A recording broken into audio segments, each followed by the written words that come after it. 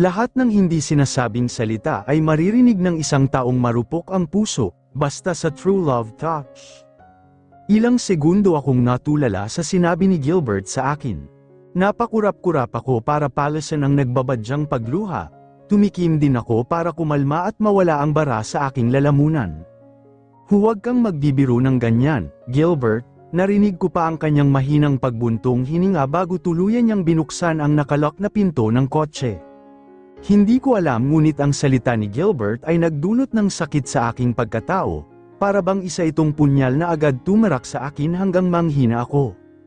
Mali, hindi pwede, ano pong gusto nyo, ma'am? Natigil ang anumang iniisip ko nang may lumapit sa aking sales lady, hindi ko na namalayang nasa tapat na pala ako ng isang toy store sa sobrang pag-iisip. Lumingon din ako sa aking likuran at nagpaling-galinga upang hanapin si Gilbert, ngunit hindi ko siya makita. Napabuntong hininga na lamang ako at pumasok sa loob kasunod ang sales lady. Marami akong toys na binili, bumili din ako ng mga pwedeng magamit ng mga bata para matuto. Naging abala ako na hindi ko napansing wala pa rin si Gilbert.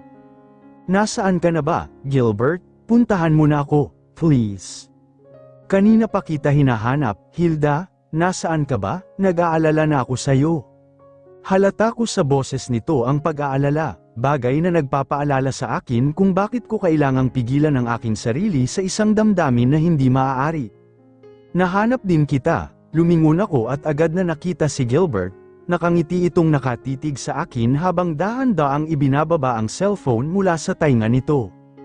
Kahit kailangan talaga, hahanap ng paraan ang tadhana para makita-kita. Napakunot ang aking noo sa kanyang sinabi ngunit hindi ko na lamang yun pinansin. Agad niyang nilapitan ang aking pinamili at binitbit yun.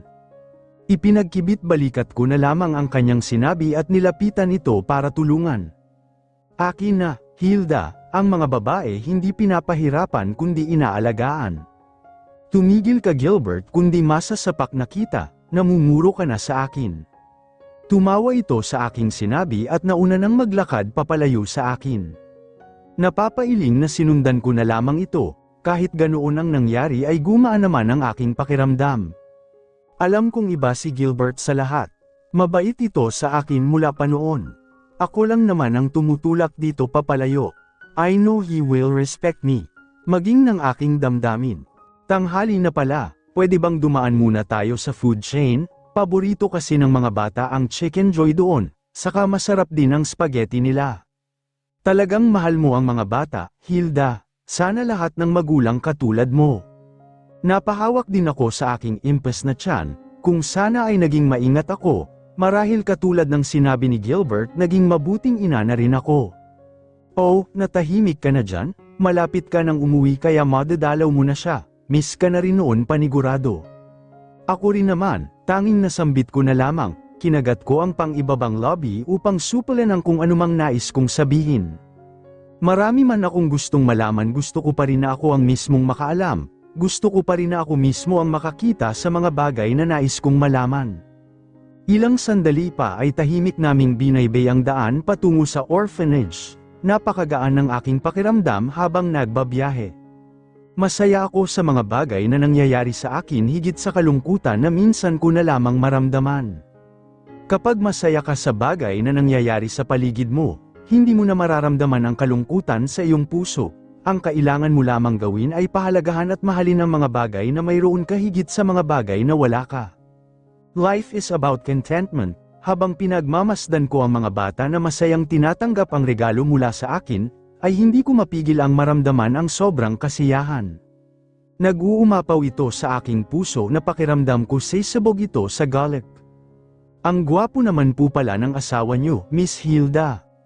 Nakakunot ang noo kong binalingan ko ito pagkatapos ay natawa na lamang, napailing din ako kapag kwan dahil sa maling akala nito.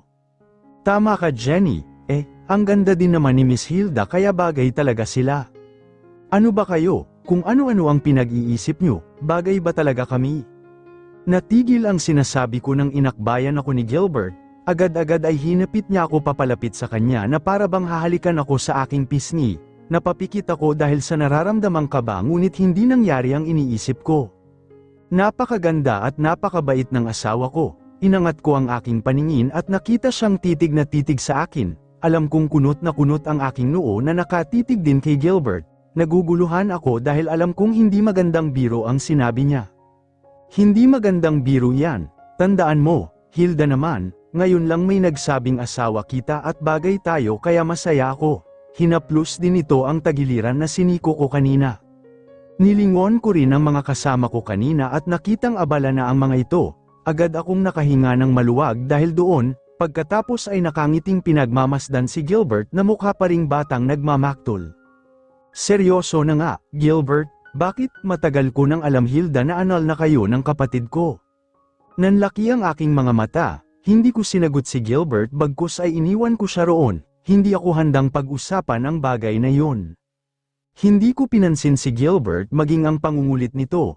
Sinadya kong abalahin ang sarili sa iba't ibang bagay. Napaupo ako nang makaramdam ng pagod mula sa pag-aayos ng mga gamit ng mga bata. Ate Hilda, inilibot ko ang paningin at nakita si Buknoy kasama si Becca. Akay-akay nito ang batang babae at patungo ito sa akin, hinintay ko sila at pinagmasdan. Napakaswerte ni Becca dahil laging kasama nito ang batang si Buknoy, magkasing edad lamang sila na ma-experienced ang trauma when she was a child. Nakakaawa kung tutuusin ngunit hindi mababakas sa inosenteng mukha nito ang dinanas, she is cheerful to those she like, at isa ako roon. Bakit? Oh, nasaan na ang mga laruan nyo? Nandoon po. Ibigay mo na Becca, doon ko lamang napansin ang mga bulaklak na dala ng bata. Iniabot nito yun sa akin nang may ngiti sa lobby, hindi ako nagsayang ng sandali at agad ko itong kinuha. Salamat. Sumenyas ito na hindi ko maintindihan kaya bamaling ako kay Buknoy na napakamot na lamang sa ulo. Dapat magsalita ka na, Becca, tingnan mo si Ate Hilda, hindi ka tuloy maintindihan. Tiningnan ko ang dalawa at nakitang nagkakairingan ang mga ito. I can clearly see how the boyish Josh looked at Becca, isang klase ng tingin na pinapangarap ng iba. Sa murang edad ay kita ko na ang pagpapahalaga nito sa batang babae. I just hope that it would lasts. Kay kuya po galing ang bulaklak, ate, sa asawa mo po. Tiningnan ko ito at nakitang nakaturo ito kay Gilbert. Talaga, napailing ako habang pinagmamasdan si Gilbert na nakikipag-usap sa mga madre. Tatawa-tawa ang mga ito na para bang tuwang-tuwa sa binata. Nang bumaling ang paningin nito sa akin ay kinabahan ako. Agad itong ngumiti at kumaway pa ng bahagya. Kumindat pa ito na parang teenager sa akin na ikinatawa ng malakas ng mga kasama nito. Napasimangot ako at inirapan ko si Gilbert. Nababaliw na nga yata ang kapatid ni Demetre. Nababaliw na nga rin yata ako dahil ramdam ko sa aking puso ang isang malikot na damdamin na maging ako ay hindi kayang pangalanan. Mas gusto sana kita na makitang nakangiti Hilda, pero tumawag na si Papa, hinahanap na tayo. Inangat ko ang aking paningin at nakita ang mukha ni Gilbert na nakatanghod sa akin. Ang kasiyahan na makikita sa mga mata nito kanina ay nawala, napalitan yon ng pag-aalala at alam ko kung bakit. Galit sa akin ang ama ni Demetre, kinasusuklaman ako ng gobernador sa ilang kadahilanan. Isang bagay na ginawa ko na hindi ko naman pinagsisisihan, dahil alam ko, kailangan ko ito, to be free and to finally move on. Hilda, tumango ako kay Gilbert at tumayo, my heart is starting to pound like crazy. Na halos ito na lamang ang naririnig ko.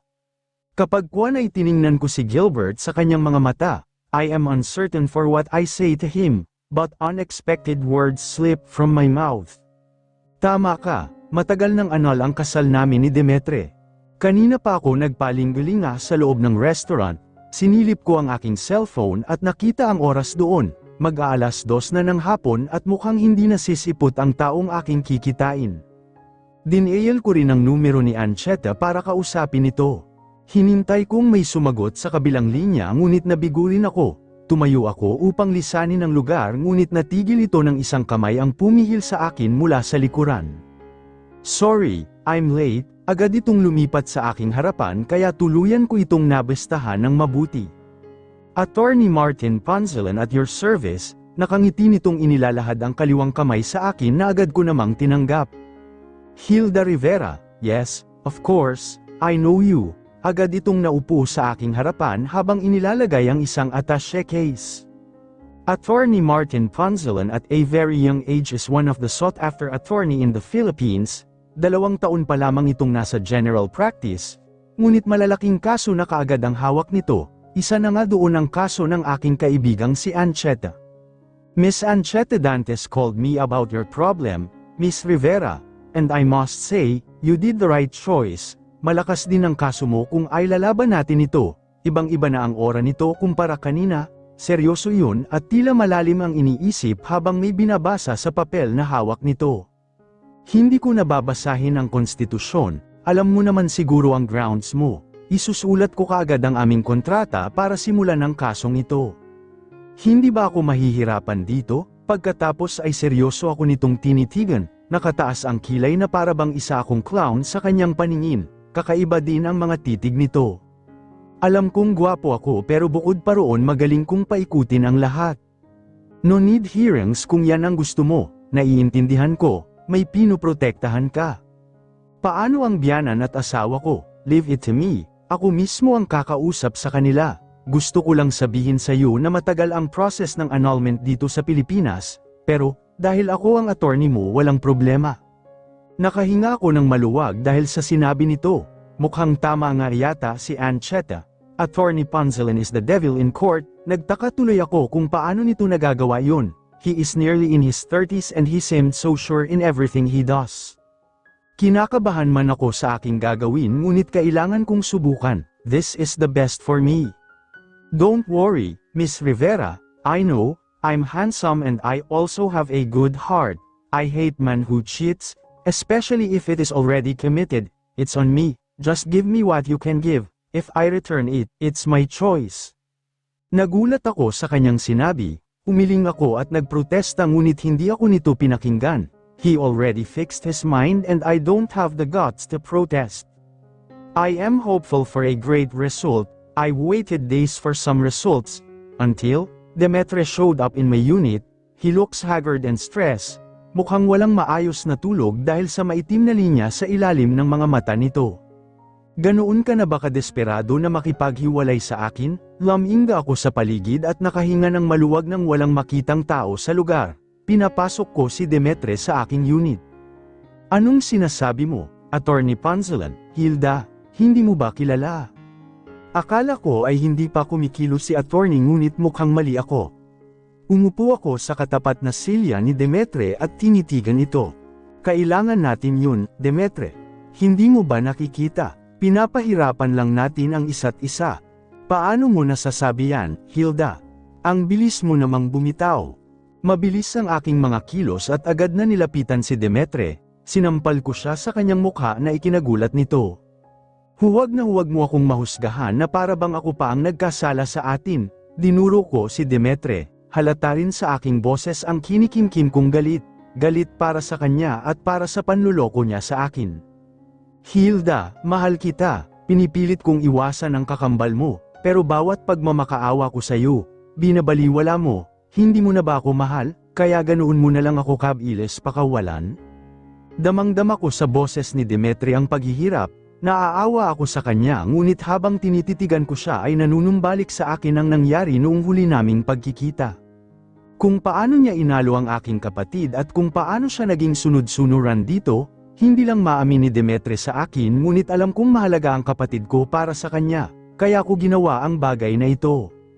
Tingnan mo ako sa mga mata Demetre, agad naman itong sumunod sa akin, masama ba akong asawa kung sasabihin kong hindi na kita mahal, Demetre kaya pakawalan mo na ako.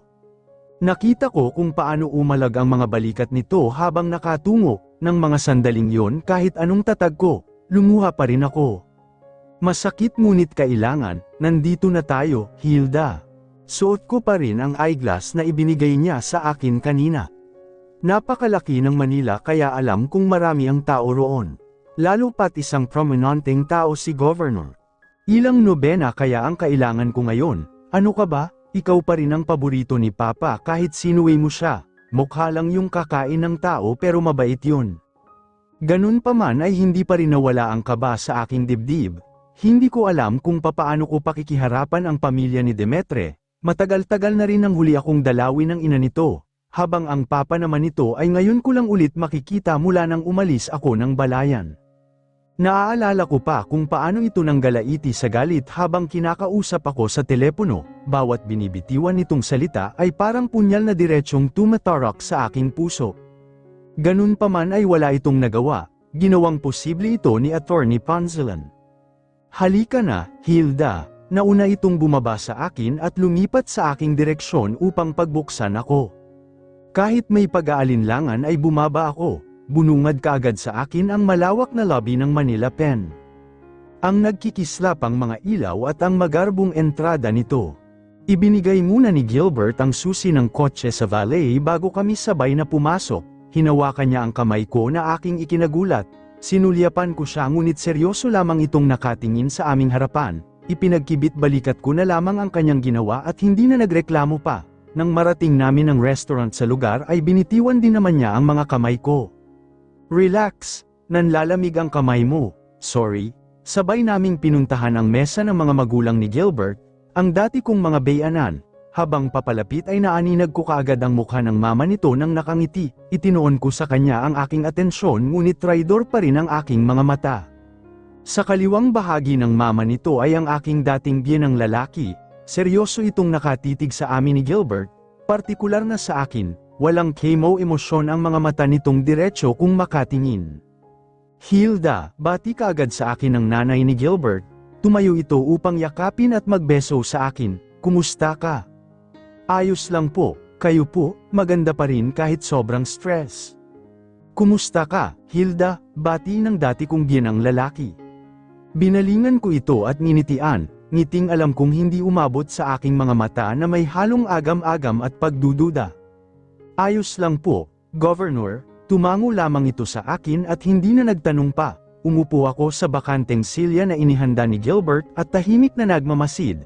Panaka-naka ay nagsasalita ang mama nito na diretsyo ko namang sinasagot, hanggang dumating ang aming pagkain ay tahimik lamang ako. Marami ang in-order ng mga ito bagay na aking ipinagtataka, ngunit nasagot din ito kalaunan nang dumating si Demetre at bumungad sa aking harapan. Pasensya na papa, nahuli ako. Nagkaproblema lang po.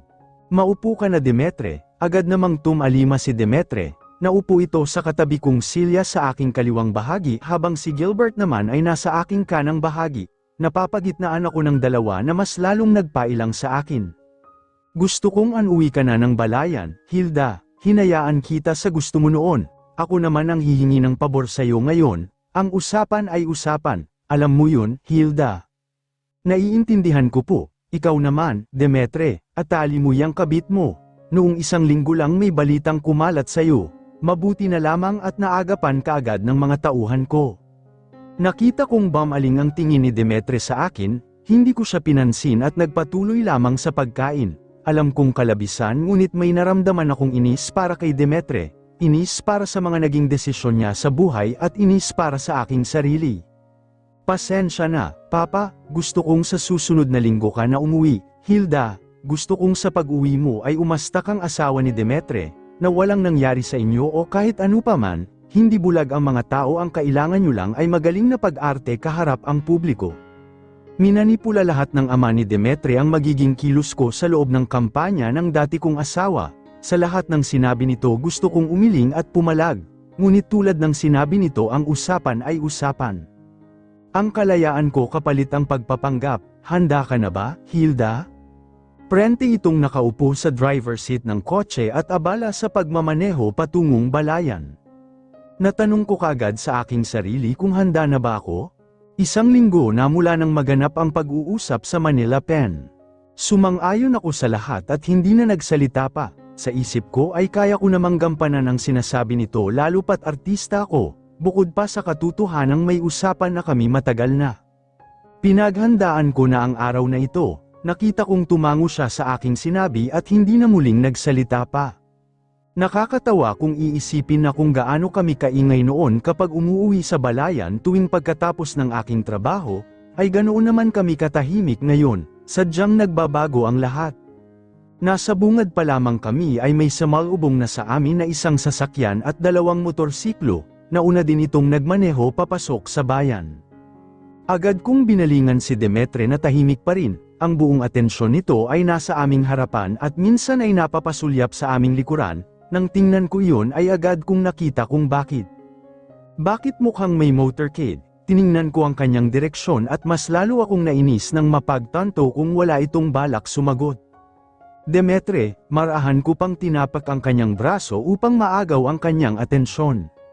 Sorry, gusto kasi ni Papa na ipaalam sa bayan na bumalik ka na. Bukod pa sa artista ka Hilda ay hinahangaan ka rin ng kababayan natin, mas lalong iingay ang pangalan ko dahil doon.